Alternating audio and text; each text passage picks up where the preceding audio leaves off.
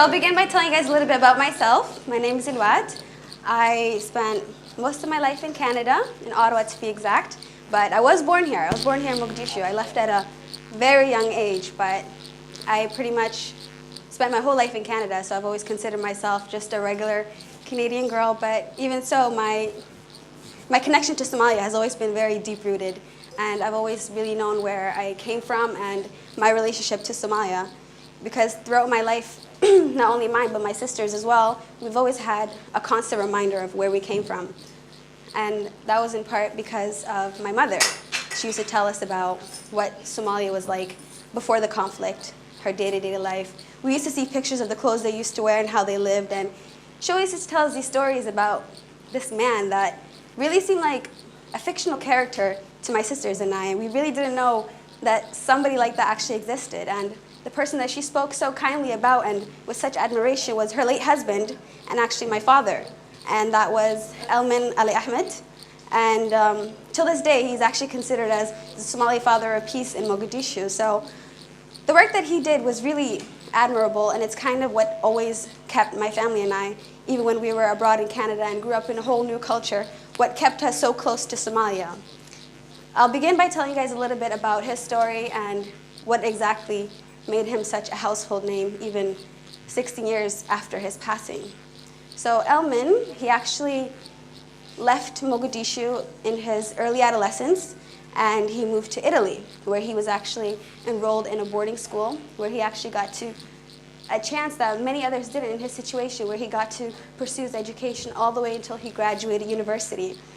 Then in 1982, he came back to Mogadishu, and when he came back to Mogadishu, he really stood out like a sore thumb. He wore shorts that were really bright colored above his knees. He had long dreadlocks. He skipped to his own beat, and he really stood out everywhere he went. And he was an engineer by trade. When he came back to Mogadishu, he opened mechanic garages, he opened electronic shops, and because he was so thankful for the opportunity that he received and the education that he got, he wanted to give that back to the vulnerable youth. So he really targeted orphans and street children and actually took them out of the situation that they were in and brought them to his centers, trained them, and then actually gave them jobs within his businesses.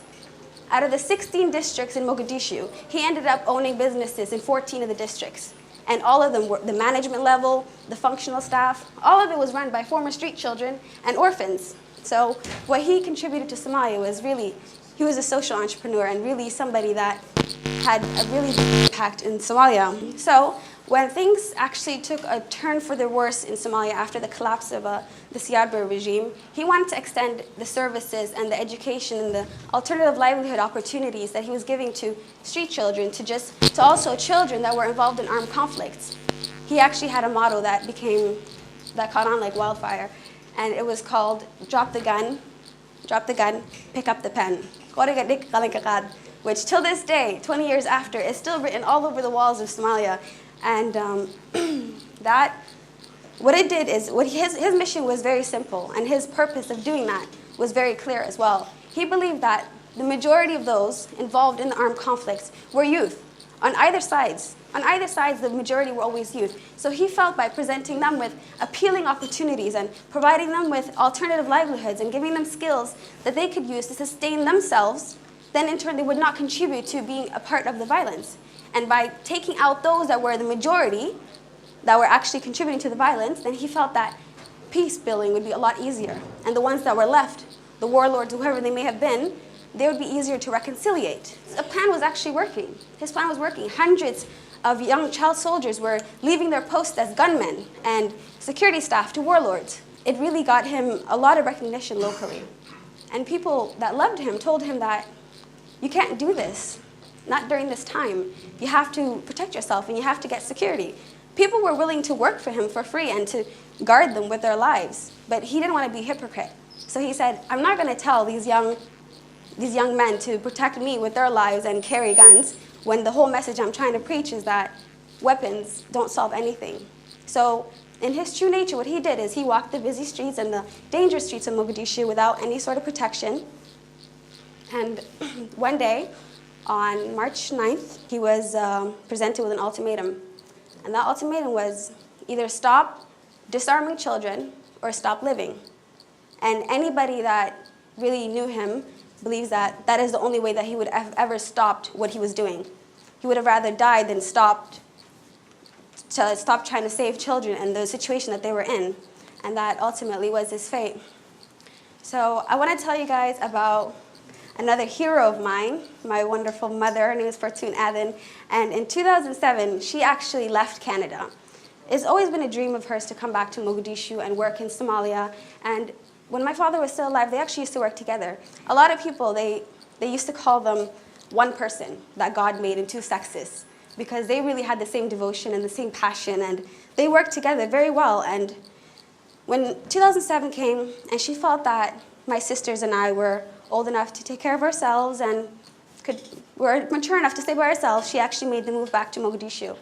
And she came to lead the organization that is now known as Elman Peace and Human Rights Center. She came back in 2007, and she really stuck to a lot of the principles that were originally incepted by my father, such as sticking true to child protection and making sure to uphold and promote human rights for all people, regardless of anything. What she was also able to do is expand the services outside of just Mogadishu. We now have offices throughout central Somalia as well, and we intervene in many different areas such as livelihoods, education, protection, women empowerment, nutrition, and development, as well as human rights and peace building.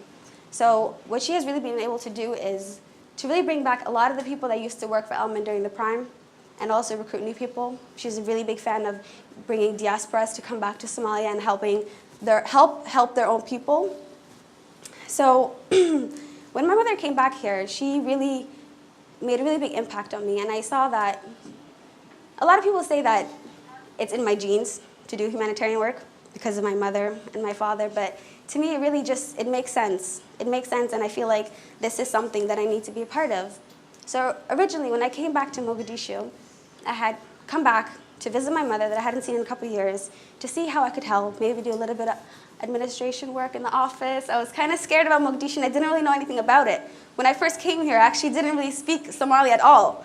But after I stayed, I really picked up on the culture, and I saw that something that I did in one day helped somebody's life dramatically. And it didn't take a lot of effort from me. And it didn't take a lot of time. So I did not feel right not being here and helping anymore. So since then, I've stayed. And I have been in Mogadishu for the past 3 years now.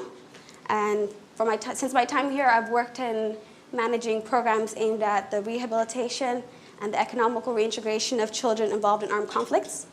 I've also managed programs in providing alternative livelihoods for women and men and young boys and girls alike throughout South and Central Somalia.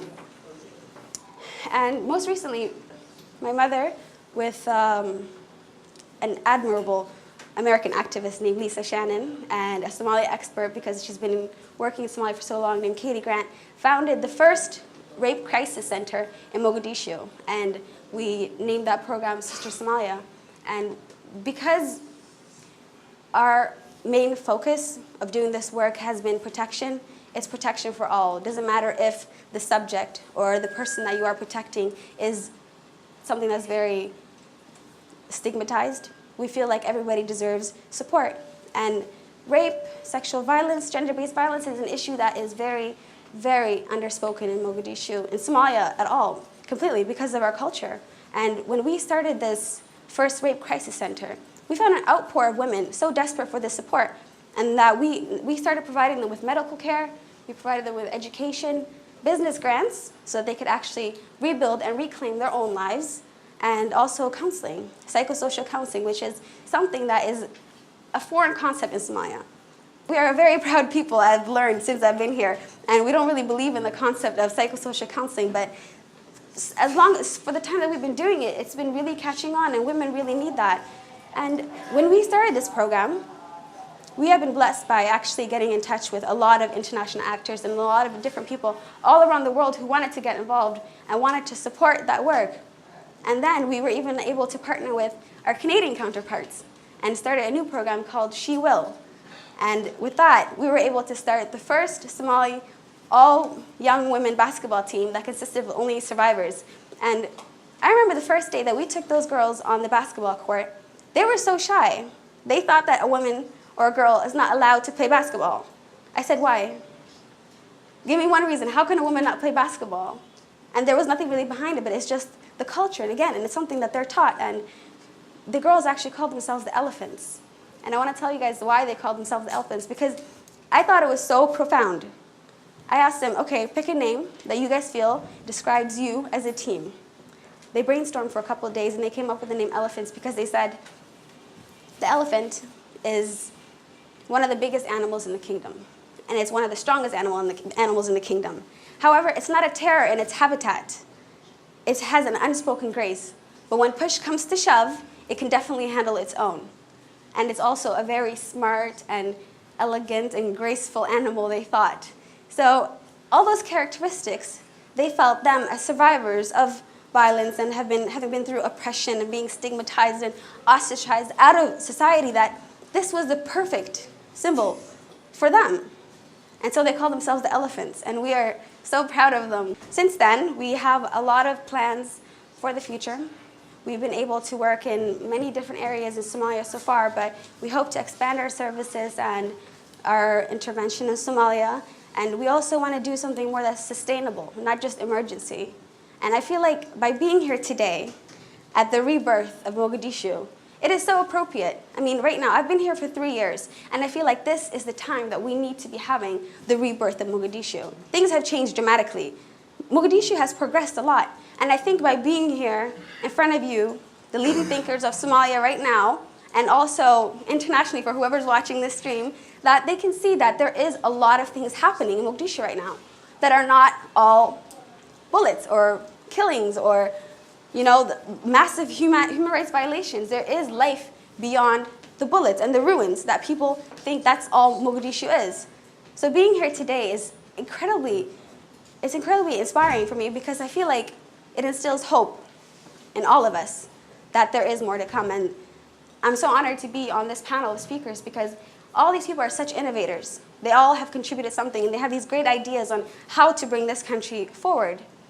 And I remember when I first came here, Mogadishu was recently ranked as one of the 5th worst places in the world to be a woman.